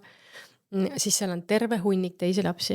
Ja seal on sõjaväereeglid juba vaata nüüd rivvi ja terve nagu suurem osa lapsi, kes seal kõik on ju ka närvid läbi. Sest nad juba tulevad kodust, nad on, närvisüsteemid on katki, söövad oma suhkrut nii edasi. Minu jaoks kõige naljakam nagu argument ongi, et tänapäeval, kui ma kellelegi räägin, et tead, ma oma last nagu lasteaeda niimoodi ei vii klassikalisel kujul ja kooli nagu ka väga ei tahaks niimoodi panna, on ja siis tuleb see, et kuidas nad siis sotsialiseeruvad endale neid sõpru saades, ma mõtlen nagu neid lapsi, kes seal lasteaedades ja koolis on, need telefonis nagu scrollivad ja täpselt nagu põrgulised jutumärkides on nendega sotsialiseeruma või? Ei, aitäh. Mina nüüd vaatangi, ma alguses ütlesin ka, et ma emad kooli lasteaeda ei pane. Ja siis ma hakkasin jälgima nagu seda, aga siin on hästi olnud, mida emma tahab. Et tal on oma teekond, millega ta see tuleb. Ja minul on näiteks emma Valdorf lasteaias ja ta väga meeldib. Ta küsib iga hommiku, et kuule, et kas me juba lähme ja niimoodi, et talle hästi meeldib, kasvataja on super tore. Ja selle sotsialiseerimise koha pealt selles mõttes ma olen nõus, et kui mina peaksin nagu temaga päev läbi nagu mängima või tegema olema, see ei ole talle omasugustega mängida, tal on tegelikult tore. Aga ka sotsialiseeruda saab ka erinevatel viisid või ringid või just, huviringid. Aga kui me tuleme tagasi selle juurde, mis oleks loomulik, meie ju ka lapsena mängisime õues ja naabrilastega ja nii edasi, et lapsed tahavad kindlasti omavahel mängida ja see ongi neile väga oluline. Aga kui sa nüüd võtad, et see peaks ikkagi olema nii, et me tegelikult peaksime elama kogukondlikult, ja nõukogude ajal vaata ju oli seda, me tundsime kõik teineteisse, tundsid oma naabreid, mina mängisingi, mul oli parim sõber oli kõrvalkorterist naabripoiss, üleval oli mul teine sõber, ma ei tea, seal ümberkaudsetes majades olid lapsed, me kõik selles mõttes, et me elasime küll nendes Mustamäe mingisugustes paneelmajades, aga me nagu elasime kogukondlikult, mõistad, sest naaber tundis naabrit. Kui ema ei saanud näiteks seal, ma ei tea, töölt varem koju tulla või mis iganes on, ja mina võisin lasteaiast üksi koju tulla, minu naabrinaine võis mind vaatama tulla, et me kõik nagu aitasime, olime teineteise jaoks olemas, aga seda enam ei ole. Ja, et selle kohad ma ütlen, lastel on absoluutselt vaja lastega koos olla, aga siis kui sa vaatadki kogu seda pilti, et kui sinna tavalasteaeda lähed, mis see foon seal on. Just lastel on vahe, on ju. Ma panin oma lapse trenni praegu ja siis ma, kui trenni aeg on, siis ma ju istun seal ja ootan ja ma ju ootan enne, kui see treiner tuleb, ma ootan seal peale seda ja siis vaatan seda pilti, mis seal kõike toimub. Vaata ei satu väga tavainimese hulka muidu. Ja siis ma vaatan seda, et esiteks need vanemad tulevad sinna, isegi su laps seal, siis vanemad istuvad ainult nutitelefonis. Juba siis, kui me seal ootame. Nad ei näe ka teisest lapsest välja. Laps küsib seal midagi, et ema, ma tahan juua. Aga mul ei ole juua kaasas. Nagu seal on mingi automaat seal, saad aru, kus on pudelid nurga taga. Mine võta siis sealt vett selle lapse, kui raske see on. Lapsel on joogijanu, ei saagi. Ja siis, kui need lapsed sinna trenni lähevad, siis vanemad on ainult nagu, need ei näe mitte midagi reaalselt. Ja siis, kui neil on väiksemad lapsed kaasas ja siis nad ootavad seal, selle väiksel lapsel antakse ka ekraan kätte. Või siis, kui see vanem, kui see seal mingid naised, kes istuvad, käivad koos, siis mingid sõbrannad ja pläkutavad, 3 naist istuvad siis selle ühe sõbranna telefonis. Ja siis neil lastele antakse kätte telefonid, et nad ei segaks neid, et nad saaksid seal olla. Ma vaatan kogu seda maailma, mõtlen, et istun seal ja mõtlen, kuhu me jõuame. Vaatan ühe korra, seal istub üks naine, tal on mingi, no ma ei tea, aastane või 1,5-aastane laps ootab seda õde sealt trennist ja see pisike juba paneb seal selles iPhone'is või mis iganes phone see on. Ja siis ma nii tahaksin öelda, et kas sa tead, mida sa oma lapse aju ja närvisüsteemiga reaalselt teed, sa teed ta selliseks sõltlaseks praegu, sul on endal nii raske pärast. Ma ei saa öelda, ta ei ole mu käest midagi küsinud. Ise on ju samasugune sõltlane. Jah, aga noh, ta ei ole mu käest midagi küsinud, ma ei saa talle mitte midagi öelda. Mul ei ole seda õigust. Aga lihtsalt see vaate seda nii kurb vaadata ja see ongi siuke tunne, et lihtsalt ei tahagi kuskile minna, ei tahagi seda hullust enam näha, sest see on lihtsalt ebanormaalne. Kui me võtaksime 20 aastat tagasi, kui me oleksin istunud seal nende vanematega, ootaksime oma lapsi trennist, siis me oleks kõik omavahel rääkinud. Tahad näha? Peale 2-3 korda kõik lobiseksid omavahel, nad teaksid, kes on kes, millega sa tegeled, see tekiks kontakt. Ma märkasin seda ühe korra juba, mina käisin vanasti hästi palju väljas.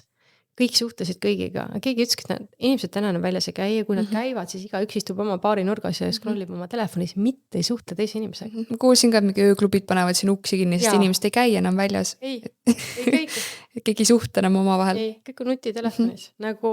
Ja siis see ööklubi omanik sellest oligi midagi öelnud, et tead, isegi kui käiaks, et ega nad ei räägi oma vahel ja siis mehed on hädas, et nagu ei saa naistega rääkida, et naised, et nagu kõik on mingi telefonides niisama, ei käidagi enam, ei sotsialiseeruta, et Tegelikult vaatan, et telefonid ja kõrvaklapid on kaitse. Mõistad, et ära sega mind. Et sa kohe näed ära, kui on see inimene, kellel on need klapid peas või mis iganes, eks ole, tal on see telefon käes. See ongi see, et ära jumala pärast minuga räägi. Nii et kui me selles mõttes vaatame, siis neid lapsi, eks ole, kes seal täna on seal lasteaias, mis kontingent seal koos on, millest need õpetajad ise tulevad, seal on ju väga palju tegelikult terrorit, igasugust laste kiusamist, ma kuulen väga palju erinevaid asju. Ma sellest toidust vist ei hakka üldse rääkima, mis seal tehakse. Pole vist mõõtad, ma arvan, nagu kõik teavad nagu jah, et mis lasteaias. Ja vanasti oli niimoodi, et lasteaias oli vaata oma köök ja oli oma köögitädi. Siis tehti süüa, see oli täitsa okei. Mõnes on isegi väga head, sõltub mükkas ju see söögitädi oli. Aga täna ostetakse sisse mingi, mis iganes, mingi suur firma toob. Ja see on mingi täielik jama. Pläust. No täis pläust, et seda ei saa isegi, ma arvan, enam toiduks nimetada. Ja niimoodi see kogu aeg läheb. Järjest hullemaks. Nägin isegi Facebookis tehti Pärnumaal olevatele lasteadele, mis nagu eraldi lehekülg või grupp, nagu, kus jagati siis nagu, et vaadake, mis sööki meie Pärnumaa lapsed saavad. See nagu huvitav, et lausa eraldi grupid on tehtud selle jaoks. Et nii õhker on asi nagu. Sa räägid Pärnu, mul on just üks klient on Pärnus lasteaiakasvataja, ta jagas mulle sarnast informatsiooni, et seal on nagu asjad lähevad järjest hullemaks. Nii et ma ei tea. Selline grupp on nagu Pärnu lasteaedade toit. 2400 memberit. Ja siis... Ja siis jagatakse sükseid videosi, pilte... Ja need on kõik kindlasti nagu katastroofilised, ma saan ära. See on pandud otsjuka pilt. Kas keegi oskab ilma menüüd vaatamata öelda, millega on tegu? Mingi valge ollus siis siin tal triku peal on. Päris karm on ju. Ei mõtle, inimesed on nagu sinna maani viidud, et on tehtud gruppe, seal on 2400 liiget. Nagu vaadake, mis meile lasteaias nagu süüa antakse. Ehk siis tegelikult on jälle nii, et kui me oleme rääkinud sellest, et maatriks mürgitab, siis sa viid oma lapse sinna, kus teda emotsionaalselt mürgitatakse, tema meelt mürgitatakse, teised lapsed ja kasvatajad, kuidas nad on oma seisundelt, eks ole, siis tema keha mürgitatakse selle toiduga. Teda õpetatakse mitte ennast kuulama, vaid järgima mingisugust süsteemi rütmi, mitte seda... Ja ainult üks õige vastus ja kõik teevad nii ja kõik kuulavad. Ehk siis jälle, et sa oled ikkagi, olema ausad, sa oled ikkagi ori. Sa ei tuld siia endale vajama. Ja ongi kogu lugu. Nii et see lasteaedade, mida ma olen hästi palju öelnud, mida tuleks teha, tuleks kogukondlikku süsteeme luua, vanemad võiksid nagu ise panustada, otsida siis paremaid lahendusi, Montessorid, Waldorf lasteaiad, kuigi eks ka selles mõttes, ka seal on selge, et ka seal võivad olla igasuguseid lapsi, aga ikkagi üldiselt on see pilt nagu palju parem. Ja muidugi nagu, mis on tehtud, mida ma ei saagi selles mõttes vanemate koha pealt öelda, et näiteks ka Waldorf lasteaeda last panna väga kallis. väga-väga-väga kallis. Igaüks seda endale lubada ei saa. Ja see on jälle niimoodi tehtud, et sul ei ole justkui seda valikuvõimalust. Vanemad peavad tööl käima. Täna proovi see hakkama saada nii, et ainult üks vanem käib tööl. Väga vähesed pered on võimelised sellega hakkama saama. Et kõik tehakse jumala pärast niimoodi, et sul kuidagi ikkagi mugav Piinad ja kannatused. Ja no ja siis on lasteaed on siis see ettevalmistus, eks ole, ja siis asume siis kooliteekonnale. Jah, ma vaatan seda koolielu täna ja näen läbi oma laste seda kõrvalt. Minu poeg õnneks on teinud natuke targemad valikut, astus sellest nagu suurest süsteemist välja. Aga tütar käib jätkuvalt edasi, et see ikkagi, milline tempo lastega peal on, see sõna otses mõttes ikka täiesti tapab neid.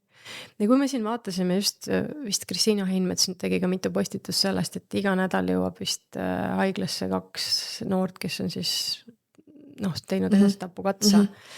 Et ma ütlen 100%, et kuigi loomulikult kodul on väga suur nagu mõju sellele, aga see, mis koolis toimub, see on täiesti nagu katastroofiline. Mis tempo on? Kuidas õpetajad lastesse suhtuvad? Ja vastupidi, ja. Kuidas on nuti nagu igale poole, nutiekraanid, kõik need tahvlid, asjad, kuidas seda juba peale surutatakse. Me teame, et see ajab närvisüsteemi häiresse. Kooli kiusamine. Kuidas omavahel teineteisesse suhtutakse, see võistlemine, need hinded, seal on nagu nii palju aspekte ja see paljast pähe tuupimine ja suurem osa, mida seal õpetatakse, on ju puhas valev lisaks kõigele. Ma just jäin mõtlema, et tuupimine pluss siis nagu mille tuupimine on ju, et ajalugu. Ajalugu, kõik asjad. Tegelikult mis on veel, ma olen seda rääkinud, et hingeline inimene tegelikult arvud ja tähed on ikkagi nagu maatriksi väljamõeldus sellistel kujutel. Et meil on olnud teistsugused nagu sümbolid, nagu ruunid ja bukvitsa ja hoopis teistmoodi toimib siis nagu hingelise inimese aju. Mida varem laps õpib lugema, arvutama, kirjutama, seda kiiremini seda aju tegelikult nii-öelda nagu ära piirad ja lõhud. Et tänapäeval on tegelikult siuke huvitav fenomen juba tekkinud, väga paljud lapsed ei taha varakult õppida, lugema, kirjutama, et nad järjest kaugemale lükkavad seda.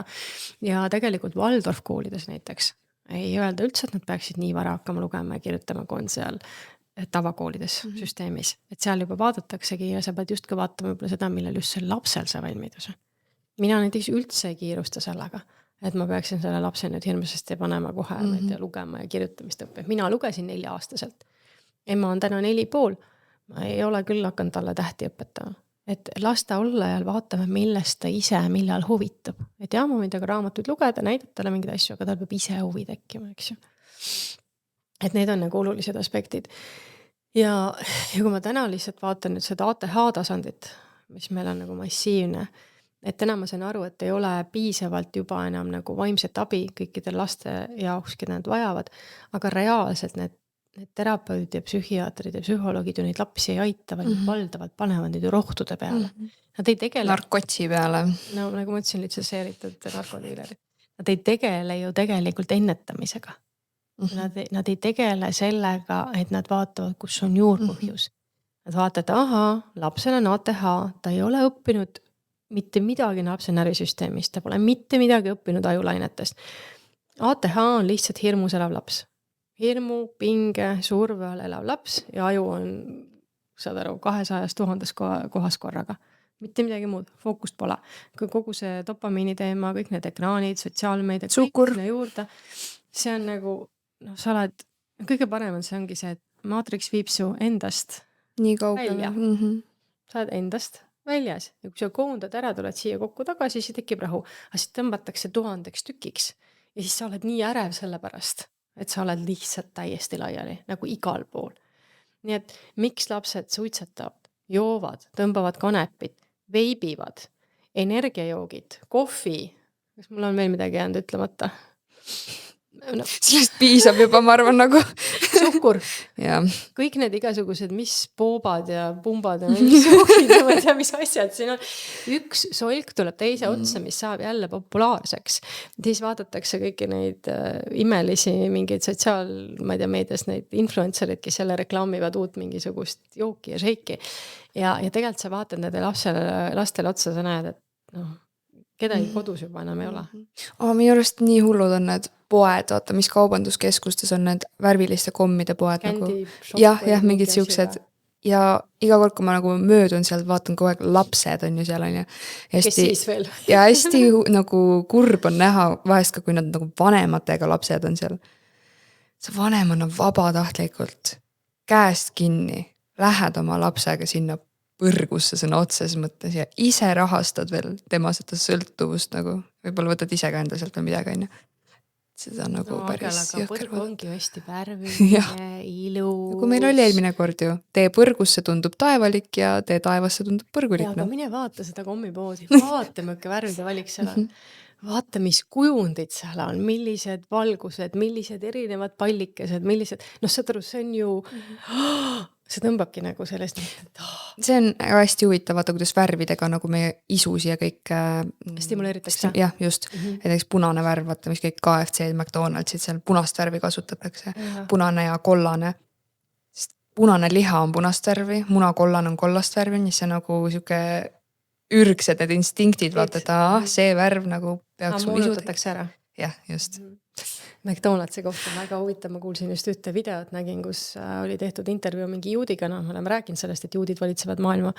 Ja siis ütles, et et me võtame teie, et varastame kogu aeg teie lapsi, ja seepärast neid läheb palju kaduma. Siis me varastame need lapsed ära, siis me laseme nad verest tühjaks ja siis me saadame nad sinna meie tapamajadesse, et nad tahavad kus loomade ja kõigega sinna, siis lähevad siis üldliha sekka. Et selles mõttes väga äge on kogu see värk, aga vaata, see ongi see, et mis ma tahangi täna nagu, mis me siin räägime, on see, et Matrixis käib jaht lastele nagu algusest peale. Ja keegi kirjutas mulle, et me peaks selle üles otsima, selle kommentaari. Keegi kirjutas mulle siia ava oma silmad selle lehe alla. Et ma mõtlen kohe seda, kui ma kirjutasin suhkrust. Oligi vist, suhkur oli või see suhkrust vabaks või midagi sellist. Ja siis inimene reaalselt kirjutas siia alla midagi sellist, et mis hullus sellest suhkrust on tehtud, näiteks keemilised suhkruasendajad siis lastele või. Kuidas sa lastele ütled, et kommi ei saa? No tõesti, jah. Kuidas sa ütled lastele, et ei saa kommi? Nagu, mis värk on? Et see põrguse meelitus ja see kõik on tehtud nii maitsvaks, et tõepoolest ma saan aru, et mul ka kohati tekib nagu kuidagi nagu selline süütunne nagu sees, sest et ma ei ole nõus lapsele mingit jäätist andma, ma ei ole nõus talle mingit kommi ostma, mingit saiakest ostma ja loomulikult ta ju nõuab seda ja kõige hullem ongi see, et see on ju igal pool nähtavalt. Kui ma lähen taga sinna poodi sisse, Selverisse, mis asjad mulle esimesena vastu tulevad? Need on kõik kommid, seal ees on hunnikutes. Ja crazy on see, et vaata, sinul tekib süütunne, kui sa ei taha oma lapsele seda anda, aga need kõik, kes annavad, neil ei ole mitte mingit süütunnet, isegi ei mõelda selle peale. Aga korraks tagasi sa rääkisid, vaata McDonald's ja inimliha ja McDonald's teenindab päevas 64 miljonit inimest. 64. Päevas 64 miljonit inimest. Kust nad nagu reaalselt võtavad selle veiseliha? Veiseliha ja selle koguse. Täpselt. Et nagu midagi on seal kahtlast, on ju. Et see teooria kuskilt käis ka siin vahepeal netis läbi. Päevas 64 miljonit inimest. Kus kõik need lehmalaudad, nagu need veised meil kasvavad, nagu, kust see kõik tuleb? Kõik tõenäoliselt esiteks ei söö nagu võib-olla seda, ütleme seda burgerit näiteks veisega, aga kust tuleb ikkagi see kogus, teine asi see, et see kindlalt ei ole puhas veiseliha, see on ammu selge, kui sa seda, ma mäletan juba, kui mina sõin McDonald'sis 20 aastat tagasi, siis ma mäletan iga kord, miks ma lõpetasin selle lõpuks selle söömise ära, iga kord oli üks ja sama lugu. Ma sõin selle ära ja mulle pärast nii paha olla mitu tundi, et ma lihtsalt ei suutnud enam olla. No ja sellega lõppes minu, sellel ma olen teadlik veel. Sellega lõppes minu McDonald'si saaga. Ise nad võidavad, et on 100% veiseliha burger seal vahel. veiseliha, võib-olla inimesi peetakse ka lehmadeks ja loomadeks, kui et seda teab, ei oska. Jah, muudeti definitsiooni, vaata nagu seal koroona ja seal vaktsiinid. aga tuleme selle kooli juurde tagasi, et selles mõttes sa võtad selle lapse, selle 7-aastase, paned ta sinna pinki istuma, vanasti võiks nii teha, ma mäletan, kui tahtis midagi öelda. Mitte midagi sa seal teha ei või, põhimõtteliselt istud 45 minutit, pead seal paigal istuma, kuulama, vabandage väljas mingi täielikku jura, mida suust välja aetakse ja siis, kui sa julged sellest kahelda, siis oled sa, ma ei tea mis, või kui sa ei viitsi kuulata või vahid aknast välja, siis sulle öeldakse kohe, sul on tähelepanuhäired, et sul on ATH, et osadel ilmselt ei olegi mingit ATH-d, vaid lihtsalt on allergia selle jama vastu, mis seal tehakse. Aga see ikkagi, mis kool selle lapsega teeb, et nüüd kui me rääkisime, et hingelistel inimestel on hingetee, siis see, mis sinuga ära tehakse selle esimese 7. eluaastast, siis kuni ülikool lõpeb, sa oled umbes 22, 23, siis selle ajaga oled sa nii ära programmeeritud, nii kinni pandud, sest ma olen seda vist öelnud juba, et kooliharidus lõhub aju. Esiteks ta teeb parema poole dominantseks põhiliselt, lisaks ta tekitab parema vasaku aju poolkera vahel, nagu nad ei toimi enam koostöös. Et see sild, mis seal vahel on, mis siis vastutab selle eest, et nad vahetaksid omale informatsiooni, see lõhutakse ära. Ja eriti siis, kui inimene on pideva stressiseisundis, siis see just ei toimi, siis nad kaks hakkavad täiesti eraldi nagu oma vahel tööd tegema. Ja siis kogu selle ajaga siis see mingi see hingetee sul sealt ei avaldu. Või isegi võib-olla kui siis kuskilt hakkab midagi avaldama või tulema, siis see on üsna habras, siis inimesed on uskumus, et ei, sellega sa raha ei teeni ja veel 1000 uskumust on sinna otsa. Ja siis sa vaatad neid vendi, kes sealt ülikoolist tulevad. Kõige parem on see, kuidas ülikoolis õpetatakse ärijuhtimist. Ma olen neid ärijuhte siin nende paberitega näinud küll ja küll, kes mitte midagi tehtud ei saa. Või vaata neid, kes tulevad siia mingisugused, ma ei tea, ukrainlased või ükskõik kuskilt, neil on mingi 4 ülikooli haridust. Nad on reaalselt üliharitud. Nad töötavad koristajana. Ma muigan praegu, sest ma just nägin postitust, kus siis inimene kirjutas, et küsis nagu rahva käest, et mis on üks selline töökoht, et millest ei julgeks isegi ka oma lähedastele rääkida, nagu et kui te peaksite seal töötama, sest et parasjagu ei ole vastavalt sinu ülikooli haridusele mitte ühtegi töökohta pakkuda. Siis ma olin nagu, inimesed raiskavad aegu ülikoolis millegi õppimisele, kus nad siis pärast ei leia töökohta seal erialaselt ja siis nad lähevad tegema midagi, mille pärast neil on jutumärks piinlik, nagu isegi oma lähedastele seda töökohta öelda, ma ei tea, ma töötan koristajana või kassapidajana või mis iganes on ju, klienditeenindajana. No mina ütlesin, aastaid tagasi ütlesin, et saad aru, mine enne kutsekooli, õpi mingi asi, nagu mida kätega päriselt teha oskad. Neist väga, tänane klient ütles ka väga hästi, et AI tuleb võtta varsti suurem osa töökohti üle, see on juba selge. Aga AI sul küüsi viilima näiteks ei hakka, ma isegi vaatan neid tüdrukud, kes teevad siin meid depilatsioone, teevad küüsi, vahet ei ole, seda kunagi AI üle ei võta. Ja nad reaalselt panevad oma graafiku paika, millal ja kuidas nad töötavad, nad saavad reisida, millal nad tahavad, nad võivad oma hindu tõsta vastavalt oma vajadusele, mis iganes. Ja neil, üldiselt need, kellel mina käin, on head, neil on tööd rohkem, kui nad teha jõuavad. Facebookis Janno Kurs postitas üks hea video ja ütleski, et kõige lollim asi, mida noor inimene praegusel ajal teha saab, on minna ülikooli. Sest et paari aasta pärast AI on su selle töökoha nagu üle võtnud ja sul pole mitte midagi teha. Ära raiska oma aega, ära minu ülikooli. Ja mina ütlesin oma noortele kodus sama, mul siin ühed hakkavad kohe kooli või keskkooli lõpetama, eks ole, nii-öelda minu poiss valis ka kutsekooli ikkagi pärast seda 9. klassi. Ja siis, ja tema pruut on ju, mõtlesin mõlemad ka, et võtke sabad selga mingi Austraaliasse, mingi tehke see work holiday viisa, töötad mõned kuud, siis chillid Aasias mõned kuud, töötad jälle mõned kuud, chillid Aasias mõned kuud, siis minge vaadake maailma. Minge vaadake, mida te üldse teha tahate, mis teile meeldib, näete üldse maailma, õpite erinevaid kultuure tundma, võib-olla kohtud, kelle tuleb mingi äge äriidee. No tegelikult mul poiss ehitab ise juba mingeid süsteeme ja kui ta need süsteemid valmistab, siis temal ei ole üldse vaja, nagu tal ei ole asukoha põhine, mitte midagi see. Et see ülikooli minek täna, ma just vaatasin, Dan Martel tegi samamoodi mingi videots ka, et õppimine hakkab täielikult muutuma. Täielikult, see mis ja kuidas see läheb, et see ei saa üldse võrreldagi sellega, mis oli. Aga ma olen nõus, nagu ma arvan, et isegi arstid varsti, juristid, kõik need, mis on nagu need high paying, ütleme, et kõrgelt tasustatud töötena, suurem osa saab selles mõttes tehtud AI-ga. Ma toon sulle hea näite, mul oli üks tuttav, kellel oli mingi õlaprobleem ja ta kirjeldas nagu väga detailselt AI-le siis, et nagu kus, mis, millal, kuidas ja AI pani tal siukse raporti sinna kokku, et ma ei pea arsti juurde minemagi, sest et ma saan kodus nagu lihtsalt 5 minutiga endal teada nagu, mis mul on, täpselt näitab ära, mida teha, kaua taastub ja nii edasi, on ju. jah, Noh, täpselt, et aga nii ongi, sellepärast et täna selles mõttes on see loogiline, sest et AI-l on esiteks nii palju rohkem teadmisi ühe inimese sisse, need lihtsalt noh, et ta need kõik õpiks, tal on ressurssi, on ju, võimalusi, tänase arsti juurde sa ei saagi enam, kui sa tahad sinna saada, siis kuskil oli kabineti peal nagu silt, üks konsultatsioon võrdub üks mure, nagu kas see oli arstikabinet, siis ma Jah. aga ei saa küsida 10 asja, saad aru. Et ja siis ongi, siis see AI annab sulle detailse ülevaate, annab sulle juhised, on ju, määri seda peale, et sa võid ju küsida pealt, kuidas ma looduslikult seda tervendan näiteks. no täpselt. Sa ei pea minema sinna ravimitööstuse ukse taha ja koputama. Et ma arvan samamoodi, et tegelikult maailm on selles mõttes väga-väga suures muutumises. Aga kui me tuleme tagasi selle, et mida see laps teha võiks, on see, et algusest peale võiks just hakata vaatama, et see laps, kes sulle tuleb, kes sinu perre sünnib, kes ta on? Huvitama tugevused temast, just, et sa lased tal kogeda seda elu, mingites hetkedes suunata, pakud talle erinevaid valikuid ja lubad ja vaatad nagu, et ma ei tea, noh näiteks kui sa ostad lilleseemnest, sa tead, mis lilleseemne sa ostad, aga noh piltlikult, et paned selle lilleseemne mulda ja vaatad, mis sealt kasvab. Noh, annad talle, nagu lapselegi, et annad talle süüa, annad talle juua, annad talle armastust, aga sa ei hakka, et kuule, ei, sa kasvad nagu valesti või kuule, et sul on roosad, oota, ma värin sind punaseks. Ei hakka seda tegema, vaid sa vaatad, milline see lill kasvab ja kõige ilusamaks kasvab tal siis, kui sa lihtsalt annad talle seda basic hoolt, mida ta vajab, siis ta saab õitseda, minna ilusaks, suureks, tugevaks, juured lähevad sügavale mulla sisse. See on see, mis peab tegema ja need anded ja see kõik on lapse sees olemas, need ise avalduvad. Aga nii kui sa keskkond on soodne.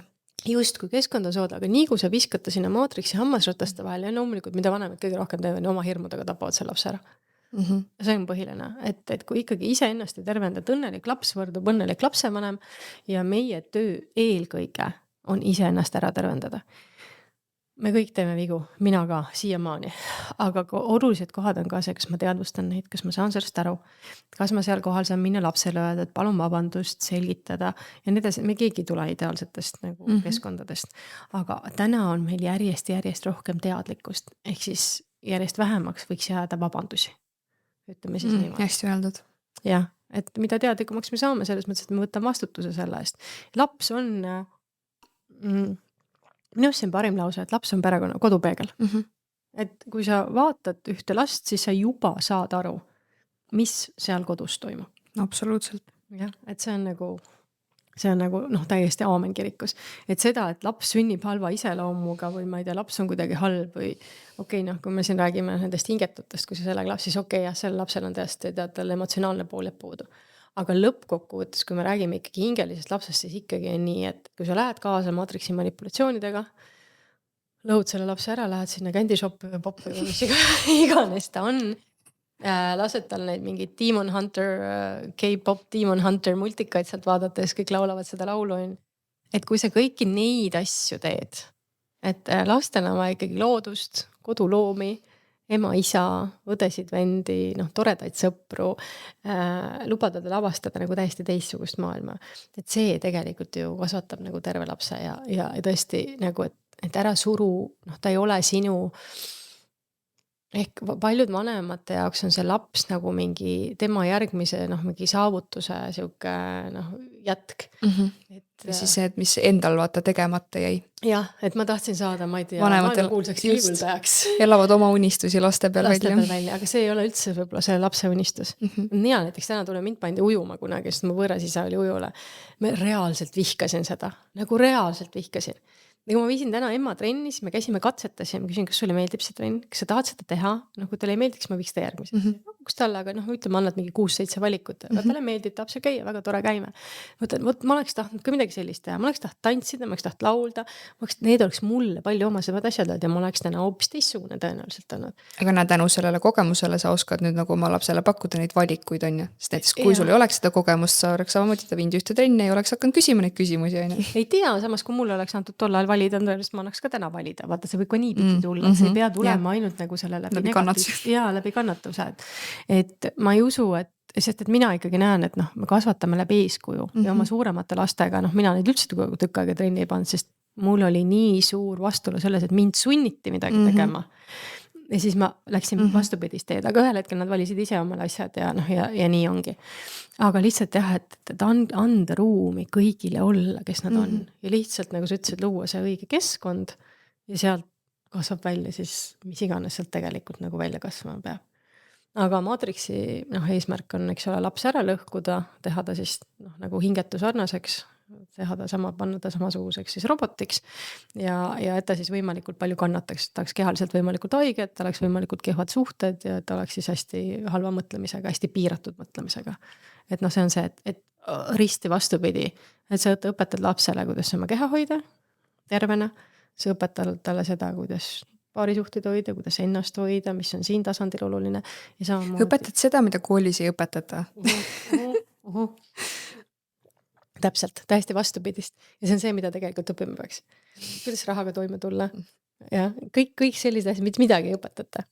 Nii et kui sa tahad Matrixi lapsest teha jumalikku hingelist last, siis sa põhimõtteliselt pead valima tegelikult vastupidist.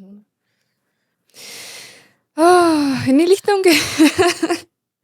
Jah, ega see väga paljude jaoks tegelikult lihtne ei ole, et ega täna järjest enam ma vaatan, et inimesed ikkagi valivad koduõpet. Aga ma vaatasin ka seda koduõpet hakatakse siin piirama, et tehakse järjest raskemaks see valik. Nägin. Aga siis, ma ei tea, ma olen liiksin teise riiki kooli kirja. Ei ole uurinud ja vaata, kuidas teistes riikides on pärast tuleb öelda, ega ei ole parem seal mujal, on ju. No ma tean, et Hollandis näiteks vist koduõppe öeldud, see oli vist lubatudki. Mingid sellised teemad, aga mina ütleks niimoodi, et maailm on suur ja lai. Täpselt. On võimalik. Kõik on võimalik. Ja, see ongi see lause, mille peaks meelde jätma, et kõik on võimalik. Selle ilusa lausega tänaseks saamegi lõpetada. Nii et kõik on võimalik ja jäät kõik oma kommentaarid meile siia alla ja kohtume järgmine kord. Ja, järgmise korrani. Tšau, tšau!